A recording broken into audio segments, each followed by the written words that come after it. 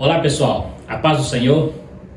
Eu sou o presbítero Marcelo, professor de Escola Bíblica Dominical, e aqui no canal nós temos comentado a lição de adultos e também a lição de jovens da nossa CPAD. Quero agradecer a você que está chegando agora, que está nos dando a oportunidade de poder estar falando com você através deste aparelho, e pedir a você que se inscreva no canal para estar nos ajudando. Se você gostar do vídeo também, você possa estar compartilhando com quem você conheça e dando o seu like, né, que também nos ajuda, e ativando o sininho para receber as próximas notificações.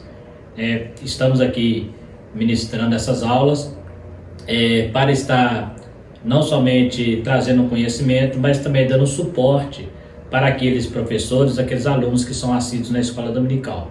Então estaremos comentando aqui sobre mais uma lição falando sobre o apóstolo Paulo e a sua linda amizade com o seu cooperador, o jovem Timóteo, né? É interessante que a gente vê a ligação que este apóstolo, né, tinha a este jovem Timóteo, a ponto de demonstrar muita saudade, né, ao lembrar dele, né? É interessante que Paulo, com certeza, já estava bastante velho, e ele admirava, né?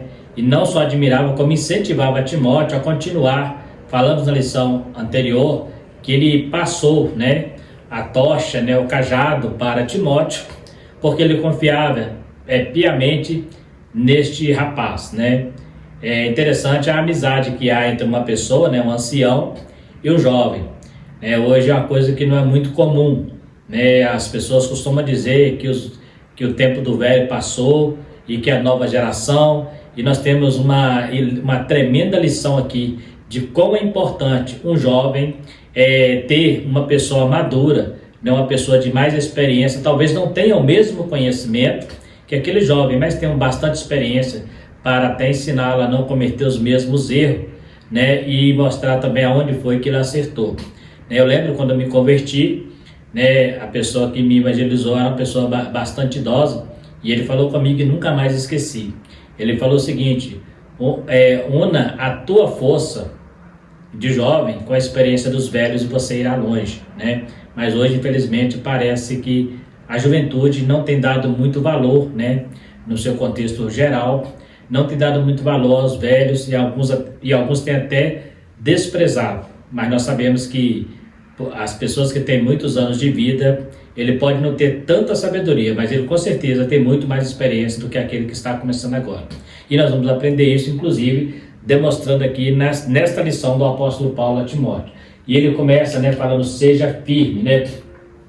Então, o texto principal diz assim: conserva o modelo das sãs palavras que de mim tens ouvido, na fé e no amor que é em Cristo Jesus, guarda o bom depósito pelo Espírito Santo que habitou em nós. Então Paulo aqui está trazendo uma orientação a Timóteo sobre conservar o modelo, aquilo que ele ensinou, né? É interessante que hoje as pessoas estão tentando tirar o modelo das Escrituras, tentando reescrever a Bíblia, mas aqui Paulo está falando: conserva o mesmo modelo que eu te ensinei quando você era bem jovem, né? Quando você estava ali iniciando o seu ministério.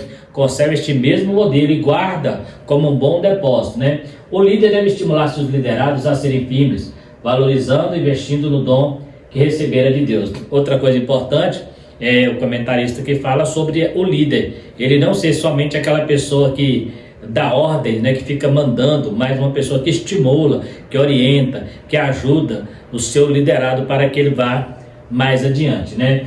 Então, e sempre investindo no dom que aquela pessoa tem. A nossa introdução diz o seguinte: no texto em estudo, Paulo demonstra sua confiança na sinceridade de fé de seu principal cooperador, fundamento para o exercício de seu dom e no poder do Espírito Santo. É isso que daria ao jovem pastor as condições para permanecer firme, participando das aflições do Evangelho. Então, ele vem trazendo, né, nós vamos ver nessa lição, Paulo demonstrando a sua confiança, né? É tão bom quando você pode confiar o trabalho a alguém, né, e ter tranquilidade de que aquela pessoa estará fazendo com muita maestria, porque no final tudo é para o reino de Deus, né? Mas é muito triste quando a gente não pode confiar em alguém que esteja ao nosso lado, né? Sempre ter aquele fio de desconfiança, isso não é muito legal, né? Então, a gente vai ver aqui que Paulo, ele tinha extremamente uma confiança muito forte em Timóteo, né, seu fiel cooperador, e isso fez com que Paulo orientasse para que ele continuasse o seu ministério, né? A nossa lição, ela trata de, pelo menos, os 3 tópicos. O primeiro tópico nós estaremos falando sobre as lembranças do apóstolo Paulo, né? Momentos que marcam. Você já ouviu falar em memória afetiva? O texto estudado hoje nos apresenta um cenário que se encaixa bem com o que atualmente tem sido conceituado como memória afetiva. Os momentos vividos por Paulo com Timóteo vieram à sua mente de maneira mais profunda e afetuosa quando ele estava preso em Roma. Então nós vemos aqui, já estudamos sobre a sua prisão, e ali na prisão, Paulo, ele começa a lembrar, né? Ele ter saudade, né? Quem sabe da sua liberdade, de estar pregando. E neste momento também ele sente saudade dos seus cooperadores. E ele faz questão de destacar a sua saudade a Timóteo, seu maior cooperador, né? Um jovem que nós estudamos aí que Paulo ganhou ele muito jovem ainda, né? Um jovem que tinha como instrutor, né, a sua avó e sua mãe, conhecia as Sagradas Letras, e Paulo investiu neste moço, e Paulo teve bons momentos. A Bíblia não relata todos os momentos, né? A Bíblia não relata tudo o que aconteceu, mas há muitas referências mostrando como Paulo confiava nesse rapaz, né? E aí Paulo começa então lá na prisão a ter saudade, né, do tempo que ele estava com Timóteo, das instruções que ele dava para Timóteo, talvez ali lembrando de Timóteo sentado aos pés dele ouvindo, né? Então ele estava lá na prisão e ele tinha saudade deste rapaz. Então ele começa a mandar uma carta e ali ele fala, orientando esse menino. É interessante que Paulo, mesmo preso, ele não estava preocupado em ser livre, mas estava preocupado com que Timóteo não saísse do caminho. O verdadeiro líder, ele pensa muito mais no seu liderado do que em si próprio. Aqui nós temos um grande exemplo. Ele estava preso, mas ele falou assim: eu sou preso do Senhor, mas a palavra de Deus está livre. E ele começa a orientar Timóteo, mesmo na prisão, para que Timóteo não saísse. Por isso que ele fala: conserva o modelo que eu te ensinei. Ainda que eu estou preso, não estou aí com você, mas conserva, continua fazendo o que eu te ensinei. Olha que interessante isso aí. Então Paulo tinha boas lembranças. É muito triste quando Paulo teve um momento em que ele fala de obreiros que foram pedra no sapato dele. Ele fala de Alexandre Latoeiro, ele fala de Demas que o abandonou. Então tinha memórias ruins desses aí, mas de Timóteo não, ele tinha uma memória muito boa, ele tinha boas lembranças do seu relacionamento com Timóteo, né? As condições difíceis do seu segundo aprisionamento e o avanço do seu processo judicial, que apontava para o fim fatídico, certamente contribuíram para que o apóstolo buscasse em sua memória momentos que lhe trouxesse alegria. Foi exatamente o que disse em relação a Timóteo: lembro-me das tuas lágrimas para me encher de gozo. Olha que interessante, né? Ele, naquele momento ali que ele estava para ser morto, estava aproximando ali a sua morte, né? Então o que Paulo fez? Ele puxou na memória momentos bons, para não ficar ali lamentando, né? Foi falar assim: ah, Deus me abandonou, fazer como Elias, que entrou para a caverna e falar: só eu fiquei, ninguém está comigo, né? E tinha mais 7.000 que não dobravam joelhos a Baal, mas Elias achava que só ele tinha ficado. Aqui nós temos Paulo fazendo diferente. Ele estava na prisão, mas ele sabia que tinha um rapaz, que tinha um jovem, que tinha condição de continuar o seu trabalho, e era este rapaz, Timóteo. Então ele fala, né? Mesmo diante do seu processo judicial, ele puxa na memória, como se ele pensasse assim: vamos ver se vale a pena eu estar aqui, né? Se vale a pena eu estar preso por causa do evangelho. Então Paulo começou a ter boas lembranças, e uma delas é relacionada ao seu grande cooperador Timóteo. Com certeza ele teve muitas outras lembranças, né? Teve muitos outros momentos que trouxe felicidade, também teve lembranças que trouxe para ele tristeza, como eu citei aqui de Alexandre Latoeiro, né? De Demas e outros mais. Mas ele tinha boas lembranças, e ele fez questão de falar que as lágrimas de Timóteo enchia Paulo de gozo. Ele via nele um homem piedoso, porque quem não quer ver, né? E ele chamava Timóteo de meu filho. Qual o pai que não quer ver um filho bem sucedido? Qual o pai que não investe tudo para ver um filho bem sucedido? Se isso no mundo físico, no mundo secular, isso acontece, né? Imagina no mundo espiritual, quando você gera uma pessoa. E tem gente que, né, tem obreiro que ele começa a gerar outro obreiro, e aquele obreiro começa a sobressair, ele começa a ficar com inveja, ficar com ciúmes, né? E ele fica assim, esse camarada vai tomar meu lugar. Mas Paulo não tinha esse problema. Ele queria que Timóteo fosse melhor do que ele. Por quê? Porque ele sabia que aonde Timóteo tivesse sucesso, ele tinha por trás daquele sucesso um grande homem de Deus que o enraizou para a obra de Deus. Então, quando eu faço algo e depois eu vejo alguém lá na frente está melhor do que eu, está na hierarquia acima de mim, vamos dizer assim, é um sinal de que o meu trabalho foi bem feito. Não é motivo de eu ter ciúmes, de eu ter inveja, mas pelo contrário, de eu me orgulhar e falar, eu fiz um bom trabalho, porque ali está. Quantos pais, né, não têm estudo, mas conseguiu levar o filho à faculdade, né, à universidade, e ele tem orgulho. Eu não tive estudo, mas eu consegui levar meu filho à universidade para se tornar muito melhor do que eu. Esse é o maior orgulho de um verdadeiro pai. E aqui Paulo demonstra isso também no mundo espiritual, né? É bem provável que Paulo se recordasse de momentos de devoção compartilhados com Timóteo, ou de quando se despediram na Ásia durante a sua viagem, depois de seu primeiro aprisionamento, né? O que sabemos pelo texto paulino é que as memórias eram boas e bem reconfortantes naquele difícil momento em que o apóstolo vivia. Então Paulo tinha ali, né, momentos, com certeza lembrando de momentos de devoção, momentos de comunhão, né, ali com Timóteo, e também até da despedida, como o comentarista fala aqui, quando ele se despede dele na Ásia, e de lá ele vai para Roma, né, para ser preso, né.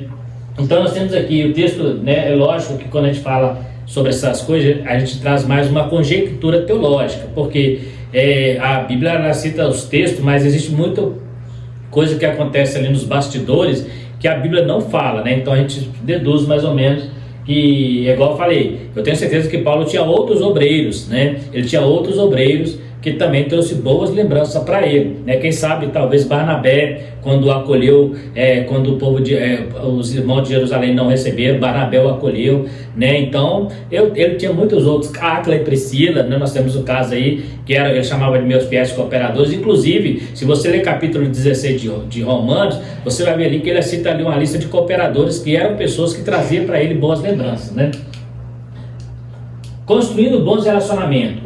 O extraordinário relacionamento entre Paulo e Timóteo é um dos muitos fatores de inspiração na vida desses dois grandes vultos do Novo Testamento. São exemplos de fé e dedicação, além de exemplos de companheirismo, lealdade e afetuosidade. Então nós temos aqui construir bom relacionamento, né? Hoje nós temos uma decadência nessa questão do relacionamento. Hoje, até entre obreiros que deveriam estar unidos juntos contra o reino das trevas, muitos obreiros brigando entre si, igrejas brigando entre si, né? Eu citei há poucos dias, né, alguns vídeos aí que eu lancei, né? Eu falei sobre pastores ficar falando mal de outros pastores, né? E enquanto deveria estar pregando a palavra, enquanto deveria estar levando o evangelho, está falando mal de outros ministérios, né? Está preocupando com a igreja, investigando se a igreja é seita, né? Isso não é papel da igreja. A igreja, nós somos um corpo, e esse corpo tem defeitos, né? Não somos perfeitos, né? A igreja do Senhor ela é formada de corpo, e esse corpo ele é diversificado. Então a gente não pode ficar fazendo esse tipo de fofoca que a gente vê por aí e achando que vamos mostrar o defeito do pastor fulano. Olha o que o pastor fulano fez. Tem pessoas que não são crentes, que adoram assistir esses vídeos para depois caluniar dos cristãos, e esses pastores são semeadores de contenda, nesses fofoqueiros da internet. Mas aqui Paulo mostra, aqui o texto mostra que eles são exemplo de fé e dedicação, além de exemplo de companheirismo, lealdade e afetuosidade. Esse é o maior legado que um obreiro pode ter com o seu liderado. É exatamente companheiro, leal e afetuoso, ter afeto para essa pessoa. Esse é o maior legado de um cooperador, né? De ambos os lados, tanto do liderado quanto do líder. Como já estudamos, Timóteo servia a Paulo como um pai, e Paulo o tratava como filho. Além de ser muito importante para a nossa vida no presente, construir bons relacionamentos serve como fonte de alegria e conforto no futuro. Quando temos boas lembranças, sentimos alegria, mas quando as recordações não são boas, o quadro é de tristeza, né? Todo mundo tem um momento da sua vida de caminhada com Cristo que ele tem boas recordações, mas também tem momentos, tem situação que você passou que você às vezes quer até deletar da sua vida, inclusive situações com irmãos de igreja, né, que você quer deletar da sua vida, não são boas lembranças, mas é melhor focarmos nas boas lembranças, que as más lembranças, ela nos joga para baixo, ela nos deprime, mas as boas lembranças levantam a nossa autoestima, mostra que nós, ainda que, igual o caso do profeta Elias, né? O profeta Elias, ele olhava para quem? Para quem não concordava com ele, mas tinha 7.000 que ele não conhecia, porque ele não conseguia ver os 7.000, porque ele estava olhando para Jezabel, estava olhando para Acabe, pecadores. Ele não estava olhando que tinha mais homens que tinham serviu ao mesmo Deus que ele, né? Então, quando você começa a olhar só para os defeitos, você não vê as qualidades, você não vê quem está do teu lado, que talvez é um grande instrumento, quem está orando por você, né? Então, a gente precisa ter esse cuidado. E aqui nós vemos aqui que quando você tem boas lembranças, sentimos alegria, né? Até saudade daquele tempo, né? Mas quando é tristeza, você quer deletar, né, da sua mente, né? Que em tempos de tanto egoísmo, Deus nos dê graça de amar e servir uns aos outros, a começar pelos nossos familiares, dedicando-lhes atenção, tempo de qualidade e gestos concretos de respeito e muito apreço, né? Então nós estamos aí, né, em tempos de tanto egoísmo, vivemos isso aí, onde as pessoas são egocêntricas, né? Elas, tudo isso que tem que girar em volta dela, né? Vivemos um mundo materialista, onde coisas está tendo mais valor do que pessoas, né? Então assim, mas nesse tempo, que o Senhor nos dê condição e graça para amar e servir uns aos outros, começando pelos nossos familiares, porque é o que está à tua volta, né?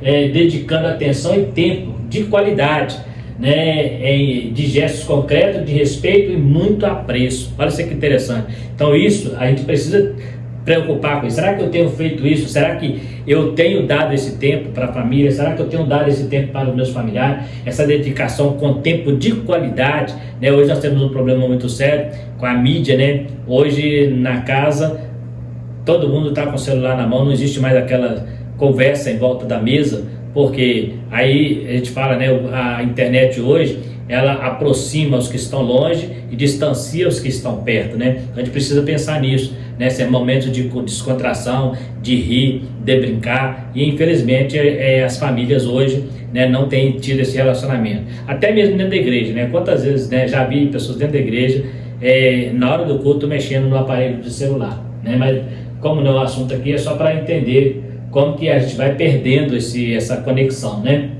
Lembranças e orações. Não era somente Paulo que era abençoado pelas boas lembranças que tinha de Timóteo. Ele também era alvo de bênçãos. Todas as vezes que se lembrava de seu amado filho, Paulo fazia orações por ele, noite e dia. Olha que interessante. Sempre que Paulo lembrava de Timóteo, ele orava por ele. Imagina Paulo lá na prisão, precisando de oração, precisando de uma ajuda de Deus. Ele estava ajudando pessoas. Ele estava preocupado com quem estava livre, orando, porque Paulo sabia que ele estava preso só na carne, mas no espírito ele não estava preso. E Timóteo estava livre na carne, mas ele poderia ficar preso no espírito. Então o que Paulo fazia? Ele fazia constante oração por Timóteo, mesmo lá na prisão, né?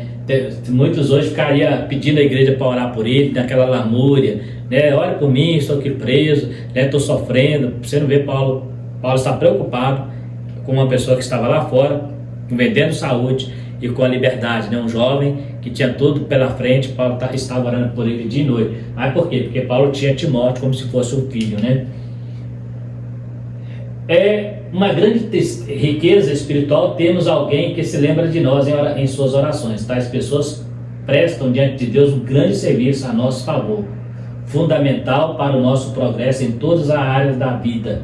Precisamos reconhecê-las e honrá-las, além de sermos também nós bons intercessores, tendo de produzir boas lembranças com quem convivemos. Então, você está falando aqui, interessante, é muito bom quando alguém está orando por você. Assim também, nós também temos que ser bons intercessores, né? Hoje é muito mais fácil as pessoas criticarem, né, no ponto negativo, do que orar para que a pessoa melhore, né? Então, mais aqui fala que é uma riqueza espiritual quando alguém está orando por você, quando alguém está lembrando de você. E também nós precisamos ser esse intercessor, né? Estar sempre orando para que Deus abençoe as pessoas, a igreja, o nosso líder, o nosso pastor, estar sempre orando por ele, cobrindo ele com as nossas orações. Porque é muito fácil jogar pedra, é muito fácil criticar, mas se coloca no lugar da pessoa. né? Eles não são perfeitos, né? São pessoas que precisam ser regados com as orações também, né? A gente vê homens de Deus na Bíblia que eram grandes homens de Deus, mas teve um momento em que eles cometeram falhas. Então a gente tem que ter esse cuidado, né? Em vez de focar nas falhas, vamos tentar ajudar com as nossas orações. Devemos produzir boas lembranças com quem convivemos. Eu tenho que estar sempre regando esse convívio, né? Eu tenho amigos, eu não posso ser uma pessoa antissocial, eu preciso ter amigos, né? Não aquele amigo religioso, porque hoje em dia nós temos aquele problema, muito religioso, né? Aquele negócio amigo porque é da mesma igreja, não. Eu preciso ter amigo para tirar um momento de descontração, um momento até mesmo fora do contexto de religião, né? Toda vez que eu chego na casa da pessoa, né, eu não posso conversar outro assunto, eu vou ter que conversar com ele só sobre igreja, né? Então a gente precisa ter esse cuidado. Não estou dizendo que isso é danoso, mas se for só esse o assunto, sim, você nunca vai criar um relacionamento de verdade, porque o relacionamento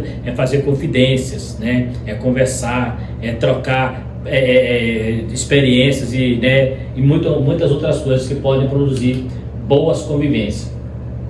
Despertar do dom. Agora nós vamos entrar na segunda parte. Nós falamos então sobre o apóstolo Paulo, lembrando de Timóteo, ali orientando, falando que tem uma boa lembrança dele, falando sobre orar por ele, né? E nos ensinando que precisamos fazer isso. E é bom quando alguém ora por nós, né? E devemos fazer a mesma coisa. Agora vamos falar sobre o Paulo, lembrando agora de quem era Timóteo no reino espiritual. Até então ele estava vendo Timóteo como seu grande amigo, como seu grande companheiro. Agora ele vai falar assim, ele foi para Timóteo agora, se dirige a Timóteo agora como um grande líder. Então ele começa dizendo, desperta o dom, né? Chama acesa. A força ministerial de Timóteo vinha do dom divino que recebera pela imposição das mãos do presbitério, né? Incluído Paulo. Era um poder interior que o capacitava para o exercício de sua missão. Agora precisava despertar o dom. O sentido metafórico do verbo é despertar. É como assoprar de brasas vivas, ou assoprar de brasa viva para manter aceso o fogo. Por quê? Porque Timóteo tinha um grande dom. Ele tinha, né, Paulo diz isso, que ele tinha um dom. Porém, Timóteo era muito tímido, né? Ele precisou ser trabalhado isso. Você vai perceber isso quando ele manda ele para Éfeso, né? Timóteo era uma pessoa muito tímida. Então ele vai agora, desperta o dom que é em ti, que foi que você recebeu pela mão do presbitério. Não deixa a chama apagar, permaneça aceso, faz o bom trabalho, né? Faz a obra do evangelista. Paulo fala isso o tempo todo para Timóteo, desperta o dom que é em ti, faz a obra do evangelista, né? Prega a palavra de Deus a tempo e fora de tempo. Então ele começa a orientar agora ele entra na parte ministerial, mostrando, agora ele sai da parte de amizade, de convivência, de lembranças, e agora entra na parte ministerial, mostrando que ele precisava despertar o dom. Por quê? Porque ele iria continuar um trabalho que Paulo estava findando, né? A sua parte na terra.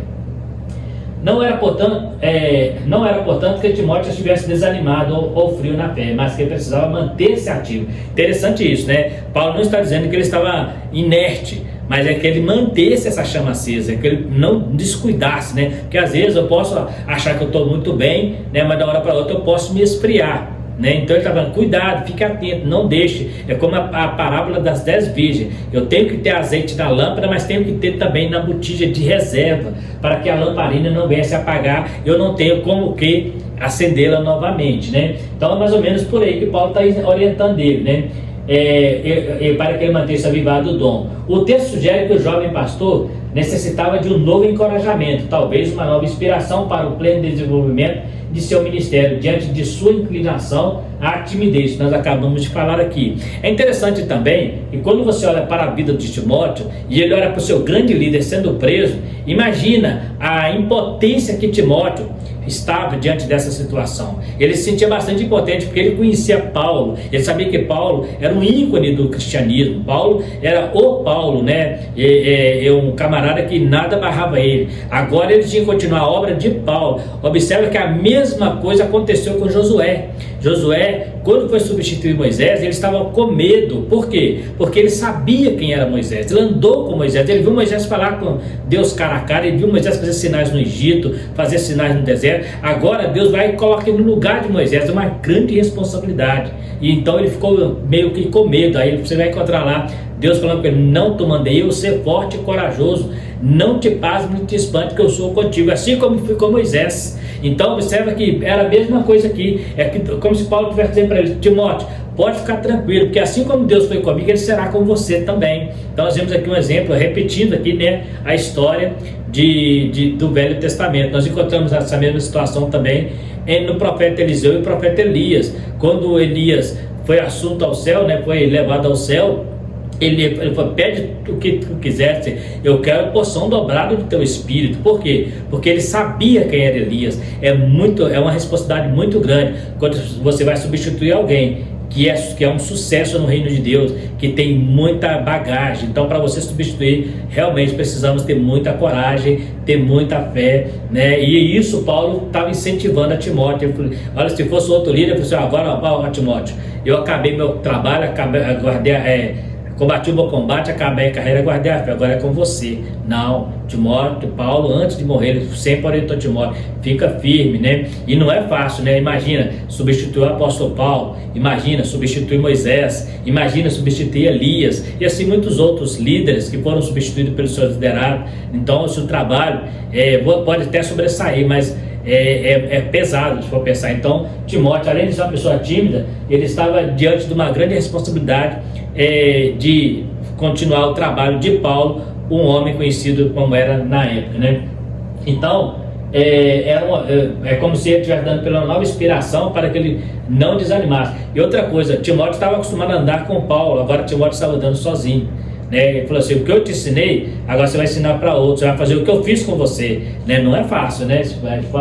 Se você for parar para pensar, a responsabilidade de Timóteo era muito pesada, né? Ninguém está isento de viver fases espirituais difíceis na vida, nas quais a busca de uma experiência mais profunda com Deus seja fundamental para prosseguir na jornada de fé, como aconteceu com o profeta Elias, acabei de citar aqui. Então tem um momento que o profeta Elias chegou a resignar, né, ao seu cargo, não querer, porque ele entendia que era muito pesado, né? Então você vai ver ele tendo um momento de desânimo, um momento, né, alguns chegam até a dizer que Elias teve quadro de depressão, né? Alguns psicólogos vão tentar mostrar isso aí, que ele teve até quadro de depressão. Por quê? Porque era grande o cargo, ainda mais pregando numa nação que queria matá-lo, uma nação que não queria ajudá-lo. Timóteo não é diferente. Timóteo iria pregar para nações que talvez mais para frente fariam a mesma coisa que fez com Paulo. Ele estava vendo seu líder ser preso por causa da pregação do evangelho. Ele estava vendo seu líder na cadeia porque pregou o evangelho. Imagina agora Paulo agora continua fazendo.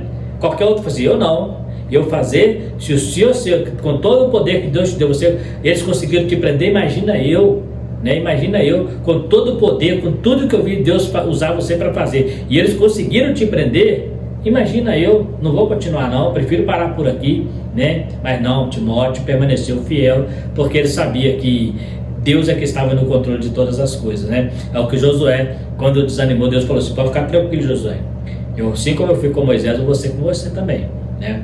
Contudo que você seja fiel na minha presença. Então, nós vemos aí a grande responsabilidade de Timóteo, né? Comunhão diária nesta vida espiritual depende de prática, da prática e disciplina diária, para que nos mantemos acesos quanto à nossa fé, devoção e dedicação ao serviço cristão. Se assim não fizermos, a tendência é chegar ao desânimo. As cinzas vão tomando conta do altar e o fogo pode se apagar de vez.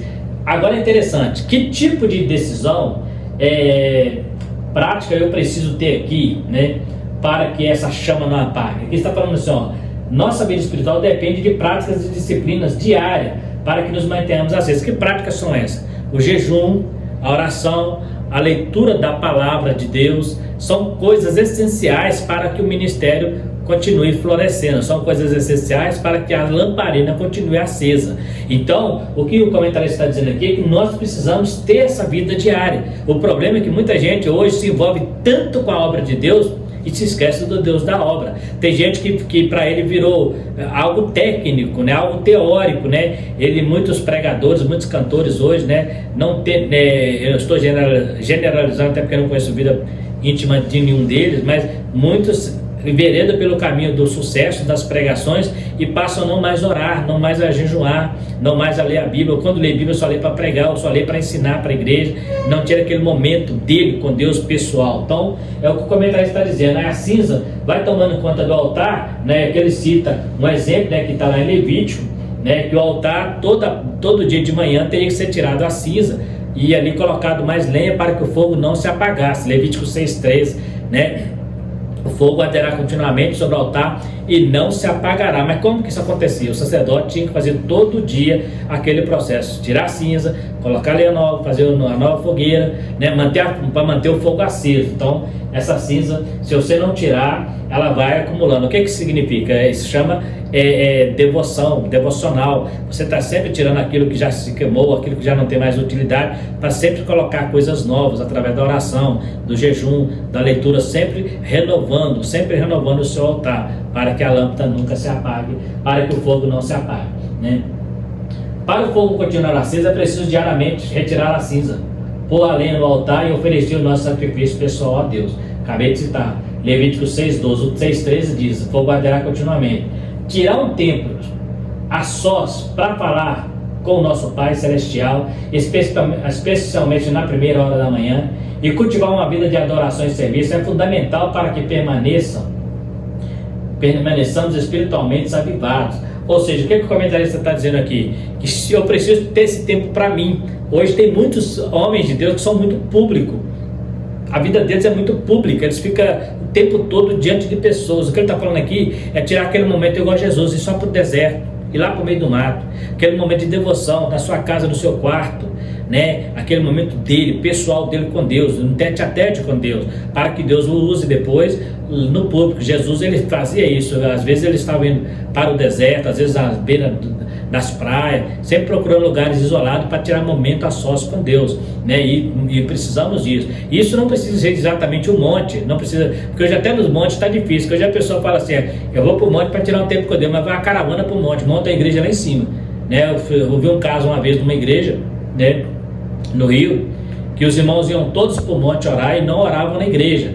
Então o que o pastor fez? Ele teve a ideia, ele comprou o monte e construiu lá uma igreja. O pessoal parou de ir para a igreja porque agora tinha igreja lá. Então você vê que eles estavam idolatrando aquele monte. Então eles paravam, não oravam na igreja, mas iam para o monte. Então quando o pastor compra o monte, eles pararam de ir para lá porque agora a igreja estava lá. Então o que acontece? Tirar o tempo a sós é aquele momento entre você e Deus, né? Aquele que a gente gosta de dizer, intimidade, aquilo que você não conta para ninguém, é só entre você e Deus. Lembra que quando Miriam e Arão murmuravam de Moisés, você lembra que Deus falou com eles? Quando eu tenho que falar alguma coisa com vocês, eu trago uma revelação ou eu mando um profeta. Agora, como eu servo Moisés, nós temos intimidade. Com ele eu falo cara a cara. Ou seja, Miriam e Arão não participam da conversa. É eu e Moisés. É isso que o comentarista está dizendo. Você tem que ter aquele momento, você e Deus, onde ninguém sabe, só você e Deus, ali para derramar suas lágrimas, ou também a sua gratidão, né, ao Senhor, ali trocar aquela ideia, igual eu gosto de dizer, né, aquele famoso chamar Deus para sentar no banquinho, lá no jardim do paraíso. Não era isso que ele fazia com Adão? No virar da tarde ele não vinha sentar no banquinho, trocar ideia? Esse momento, chama Deus para sentar no banquinho com você lá no paraíso. Vamos trocar ideia só nós dois aqui, entendeu? Sem aquela monte de gente de volta, só nós dois. Isso fala de intimidade com Deus. É isso que o comentário está dizendo aqui. Para que você permaneça espiritualmente avivado, você tem que ter esse momento. Aquele momento só você e Deus sabe, né? Poder, amor e moderação. Paulo lembra a Timóteo que o espírito que Deus nos deu não é de temor, é timidez, covardia, medo, deira, né, no grego, ou deiria, mas de fortaleza, ou poder. A palavra dínamos também no grego, né? Amor e moderação, equilíbrio, domínio próprio ou autocontrole. Então nós vemos aqui que Paulo fala assim que o espírito que Deus nos deu não é o espírito de temor, mas de coragem, de fortaleza, né? Então não é um espírito de medo, né? Eu vou adiantar um pouquinho aqui porque tem um comentário interessante aqui. Essa parte aqui é mais teológica. Os exegetas dividem acerca do sentido do termo espírito no versículo 7 de 2 Timóteo, capítulo 1. Para alguns teria o significado de atitude interior, espírito interior. Para a maioria, contudo, trata-se de uma referência ao Espírito Santo, porque ele é a fonte do poder, do amor e da moderação que recebemos para viver como cristão e servir a Deus segundo o dom recebido dele. Então aqui existe um problema, por quê? Porque quando fala o Espírito que Deus nos deu, na nossa Bíblia inclusive aparece com letra minúscula. Você pode observar lá que aparece o Espírito, né? Só que há uma divisão entre os exegetas, por quê? Porque alguns entendem que é o Espírito humano, outros entendem que é o Espírito de Deus. Mas quando você vai para o contexto, a ideia de que é o Espírito de Deus é mais forte. Por quê? Porque o Espírito humano, ele não tem esse poder, ele é só a fonte de adoração. Nós falamos sobre isso numa lição aí, sobre o corpo, alma e espírito, é a parte que adora a Deus. Mas quem dá poder, esse Espírito, é o Espírito de Deus. Então, mesmo que apareça lá em letra minúscula, né, o que se entende é que é realmente o Espírito de Deus. Só para você entender, no original, a palavra Espírito, ela não aparece em momento algum com letra maiúscula. Não aparece.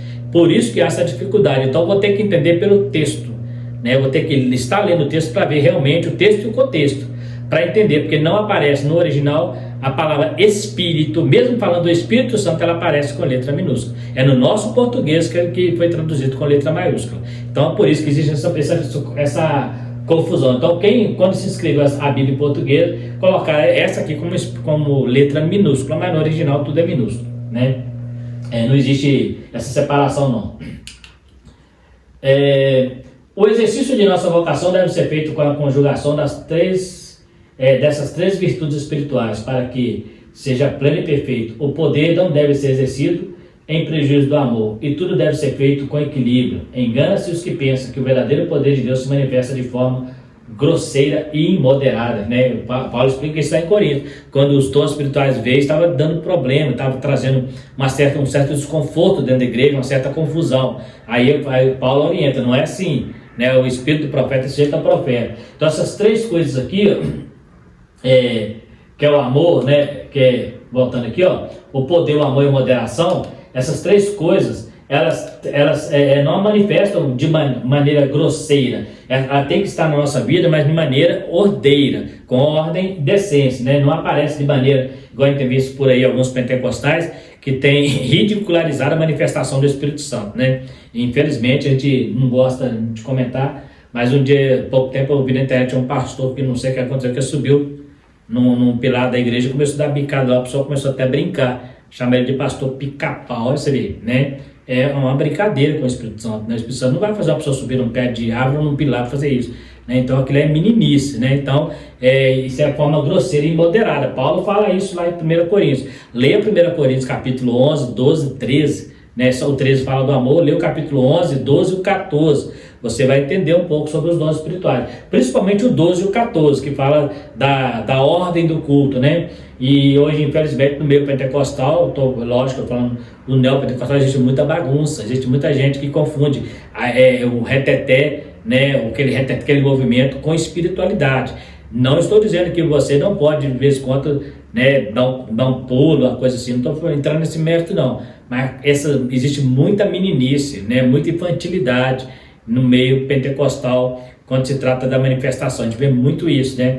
Coisa grosseira, coisa que não tem sentido, as pessoas perdem o controle, né? Pouco tempo eu vi um pastor que ele foi renovado lá e começou a rodopiar, e atrás da igreja tinha uma espécie de um jardim, e ele caiu nesse jardim e os irmãos tiveram que ir lá ajudar a tirar ele de lá, né? Então assim, o Espírito Santo não expõe ninguém ao ridículo. O Espírito Santo, ele tem ordem, né? Observa que quando o Espírito Santo desceu no Pentecoste, né, houve um som como de um barulho veemente, impetuoso, que encheu toda a casa, mas quando alguém lá fora falou que eles estavam embriagados ou bêbados, Pedro ouviu. Se tivesse um barulho descontrolado ali, Pedro não teria ouvido a murmuração, mas Pedro ouviu, imagina, 120 pessoas ali falando línguas estranhas, mas Pedro conseguiu ouvir a murmuração lá fora. Então você vê que não havia uma baderna, não havia grosseria, como diz o comentarista aqui, nada imoderado, tudo com ordem e decência. A gente tem que tomar cuidado para não confundir emocionalismo com espiritualidade.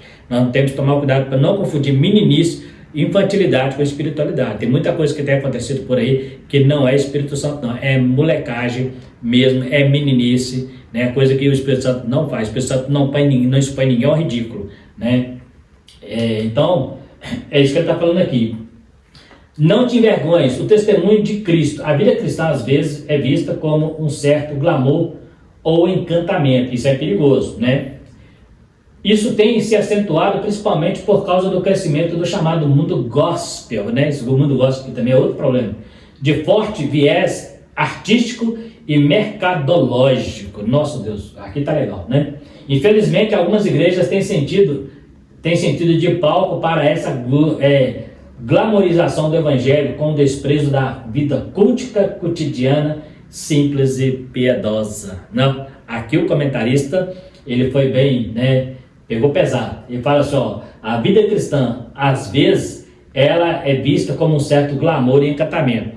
Hoje, porque no Velho Testamento, no Novo Testamento não. A vida cristã eram taxados como criminosos, como pessoas de baixo conhecimento, como pessoas loucas, como pessoas bêbadas, acabei de falar aqui. Hoje tem um certo glamour, por quê? Porque a igreja está fazendo aliança com as trevas, está fazendo aliança com a política, aliança com o mundo, está pregando o evangelho coach, o evangelho que massageia ego, por isso que dá glamour. Porque se pregar um evangelho que confronta pecado, ninguém vai te bater palminha para você não, muito pelo contrário, vai querer te prender, né? Encantamento. Isso tem acentuado principalmente por causa do crescimento chamado mundo gospel, de viés artístico e mercadológico, né? Hoje até o Raul Gil lança cantores gospel, né? Um camarada que não é cristão, né? E os cantores gostam de ir lá também para ganhar seus prêmios e ser reconhecido. Cuidado, né? Cuidado com essas alianças, né? O mercado, né? Hoje a pessoa começa a cantar música e ele agora começa, eu falei num vídeo anterior, que cantores ganhando 30, 50, 100 mil para fazer um show gospel, né?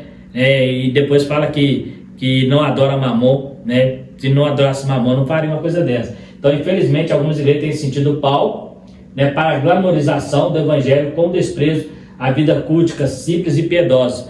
Então, o que é a vida cultica? A vida cotidiana, né? O cultica cotidiana, simples e piedosa. O que é isso? Aquele evangelho simples, né? Sem glamour, né? O evangelho não veio para dar glamour a ninguém. O evangelho não veio para encantar ninguém. Jesus não encantava seus ouvintes, né? Ah, mas Jesus tinha 5 mil pessoas que andavam com ele. Ele multiplicou, mas quando foi batizado com o Espírito Santo, cadê os outros 5 mil? Só tinha 120, sabe por quê? Aqueles 5 mil estavam caçando exatamente glamour, estavam caçando prosperidade, estavam caçando bens materiais, estavam caçando pão para comer. Eles estavam ali atrás de Jesus porque Jesus curava, porque Jesus resolvia problemas, é por isso que eles estavam. Mas os verdadeiros fiéis, aqueles que ficaram, quando Jesus morreu, estava lá no Pentecostes, 120 almas. Aqueles ali é o que realmente ficou. Quando Jesus alimentou, era mais de 5 mil, fora mulheres e crianças. Então tinha ali umas 15 mil pessoas seguindo Jesus. Jesus não, ele sempre pregava. Quando ele começou a pregar um sermão até um pouco mais duro, o que eles fizeram? Começaram a deixá-lo, né? Então, tem que tomar cuidado, porque o evangelho é simples e tem que ser uma vida piedosa. E não quer dizer que você não possa ter, não estamos falando aqui de ter bens materiais, estamos falando que essa não é a função do reino, essa não é a função do evangelho. A função do evangelho é salvar as vidas. Se você quer se dar bem na vida, monte uma empresa, vai arrumar um emprego, vai trabalhar numa profissão, vai aprender uma profissão, né? Mas a igreja não é lugar para isso. A igreja é lugar de ganhar almas, é o lugar de você salvar a sua alma e a alma das pessoas que te ouvem. É isso que está dizendo aqui. O evangelho é simples e piedoso, né? Então, cara, porque fica muito conveniente, o cara vira pregador e cantor, porque ele está nadando no dinheiro, andando de jatinho para lá e para cá, de carrão, tudo em nome da fé. Mas só que vai perder. O que a Bíblia diz? O que adianta ganhar o mundo inteiro e perder a sua alma? E eu falei e volto a repetir, eu não sei quem que é pior, se é quem vende ou se é quem paga, né? Porque quem paga está usando o dinheiro sagrado e quem vende está comendo do sagrado, né? E para comer do sagrado, a única coisa que nos autoriza a Bíblia a comer do sagrado, olha, presta atenção, a única vez que a Bíblia autoriza alguém a comer do sagrado, você vai encontrar lá no Velho Testamento os sacerdotes e os levitas, que nem sempre eram cantores. Tem gente que acha que levita é só cantor. Não, levita é diácono. Pessoas que cuidavam de armar tenda, desarmar tenda, carregar. Esse era o trabalho deles. Esse pessoal tinha direito a receber o dízimo no Velho Testamento. E no Novo Testamento, Paulo fala que os pastores de duplicada honra, os pastores que vivem de tempo integral. A Bíblia não fala de cantores ganhando dinheiro para cantar na igreja primitiva, não. Inclusive, eu já falei isso, se você for pesquisar, isso tem pouco mais de 100 anos, que os cantores começaram a cobrar para cantar nas igrejas e começou a cobrar dinheiros absurdos e fala que é um ministério. Vou te dizer uma coisa, pasmem vocês, não existe ministério de louvor, porque ministério, você ministra a palavra, o louvor é para adorar ao Senhor. Então você não ministra nada para Deus, você ministra para as pessoas. Então o ministério é palavra, é ministrar a palavra, né? Você não ministra ninguém, louvor a ninguém, você não tem como fazer, eu vou ministrar um louvor aqui para a igreja cantar comigo, não, isso tem que ser de cada um de nós. Miriam, quando atravessou o mar vermelho e chega do outro lado, ela pega o tamborim e sai cantando, e as mulheres atrás dela cantando ali, estava louvando a Deus. E observa a música que ela canta, observa a música de Moisés que ele canta, né? Goteja tua doutrina como a Eva. Vai lá no Salmo 32, por exemplo, observa como que eram as músicas. Hoje não, hoje o cara faz música. Eu falei de uma menina, né, que eu pensava em comprar o jatinho, mas não sabia que ia ser tão rápido, tem que fazer mais música para esse povo, né? E as pessoas estão cegas espirituais, as pessoas estão cegas. O evangelho está virando uma brincadeira. O mundo gospel está avacalhando a pregação do evangelho. As pessoas vêm para a igreja, vê um cara andando com um cara que antes de ser crente não tinha nada, agora o cara está podre de rico, né? Tá com dinheiro e tudo em nome da fé. As pessoas não querem vir para a igreja por causa disso, isso traz escândalo. Então, cuidado, né? E a igreja que tem coragem de pagar 30 mil para um pregador, essa igreja, o Espírito Santo está longe dela. Está longe, sabe por quê? Porque qualquer pessoa usada pelo Espírito Santo vai pregar sem precisar de ter salário. Ah, mas é porque atrai multidão. Eu não tenho que atrair multidão, eu tenho que atrair vidas para o reino de Deus. Mas essas igrejas só querem encher os seus templos. O problema é isso, não quer encher o saco, quer encher os seus templos, né? Por isso que faz essas coisas aí. Então, a gente fica naquela, quem que é pior? Quem paga ou quem recebe? Ambos vão estar contra Deus. Servir a Deus é realmente uma extraordinária oportunidade, enche-nos de alegria e empolgação. O problema é quando a atração a esses cristianismo é feita desconsiderando o aspecto fundante do evangelho. Olha que legal, que é compartilhar o testemunho de Cristo, não apenas por palavras, mas principalmente por ações. O que é evangelho fundante? O fundamento do evangelho.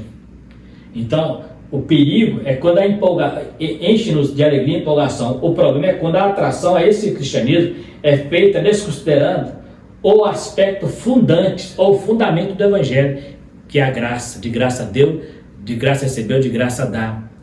É a graça de Deus. Compartilhar o testemunho de Cristo, não apenas por palavras, mas principalmente por ações, agir. Porque não adianta também eu falar que faço, eu falar que vou fazer e não fazer, né? Vamos adiantar aqui. Em um mundo tão secularista, materialista e hedonista, viver de acordo com a pureza e simplicidade do evangelho é um grande desafio.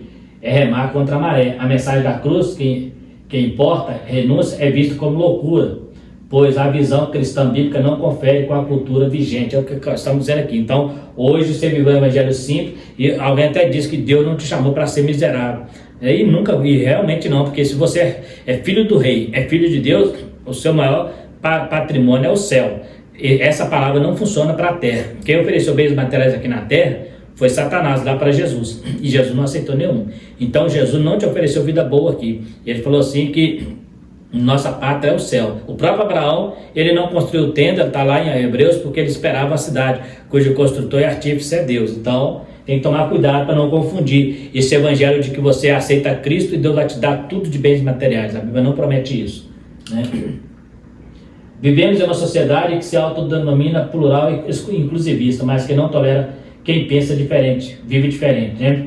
É assim como Timóteo, precisamos de encorajamento que vem do Espírito Santo para viver como cristãos convictos. Somente uma transformação profunda a partir do nosso interior nos capacita a manifestar o caráter de Cristo ao mundo. Então, somente através da manifestação do Espírito Santo em nosso interior, lá no nosso interno, é que nos vai mostrar que somos diferentes e vai atrair as pessoas até nós. Porque é interessante que enquanto muitos pregam que o crente tem que ter dinheiro, existe muita gente lá fora que tem dinheiro e precisa de Jesus. Trocaria talvez a riqueza dele por um momento de paz, né? Por quê? Porque o dinheiro para ele trouxe confusão. E o reino de Deus, a Bíblia diz que não é comida e nem bebida, mas é gozo e alegria no Espírito Santo. O que é que está dizendo nesse versículo? Que o reino de Deus não é coisas materiais, mas é alegria no Espírito Santo.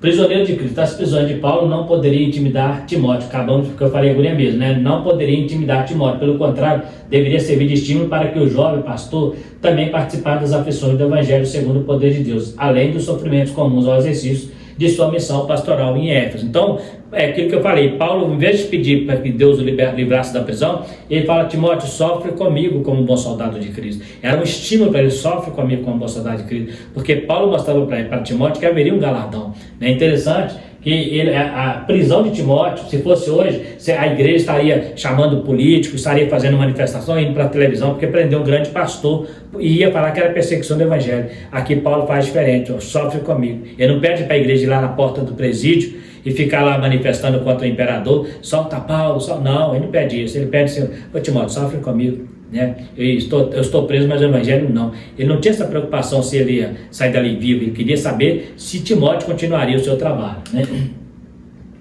Sem quem tem crido. No texto está uma das mais belas declarações de fé feita por Paulo, diante de tudo que ele enfrentava, sofrendo dentro de uma masmorra romana, o que por algum tempo provavelmente incluía a fria e escura prisão marmetina, que era uma prisão romana. O apóstolo fala de seu padecimento para em seguida expressar sua mais profunda convicção espiritual: eu sei quem tenho crido e estou certo de que é poderoso para guardar o meu depósito até aquele dia. É a mesma palavra que Jó fala: eu sei que meu Redentor vive e em breve se levantará para me dar recompensa. Ele fala assim: eu sei que em quem tenho crido e ele vai me ajudar para eu chegar até aquele dia, não ser reprovado pela prisão, né?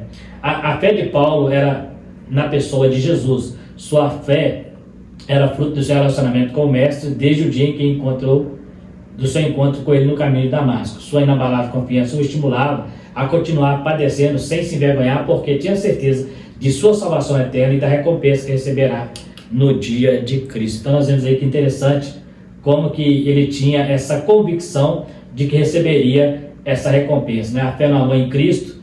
Timóteo também deveria guardar o seu depósito, cumprindo a obra espiritual na proclamação da verdade do Evangelho para a qual foi chamado. Nossa conclusão: a lição de hoje nos faz sobre a importância de constituir bons, profundos relacionamentos, como estamos administrando o nosso tempo, estamos valorizando as coisas ou pessoas, tiramos mais tempo para dar atenção a quem nos cerca ou para navegar nas ilusórias redes da sociedade superficial na qual vivemos. Bons relacionamentos têm valor espiritual. Seja firme, Timóteo. Então está aqui algumas perguntas que o comentarista fecha a nossa lição, nos fazendo aí para que nós possamos refletir se estamos aqui praticando algo desse tipo, né?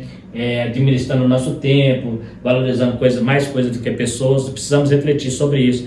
Essa conclusão é essencial para uma reflexão nossa. No mais, está aí mais uma lição.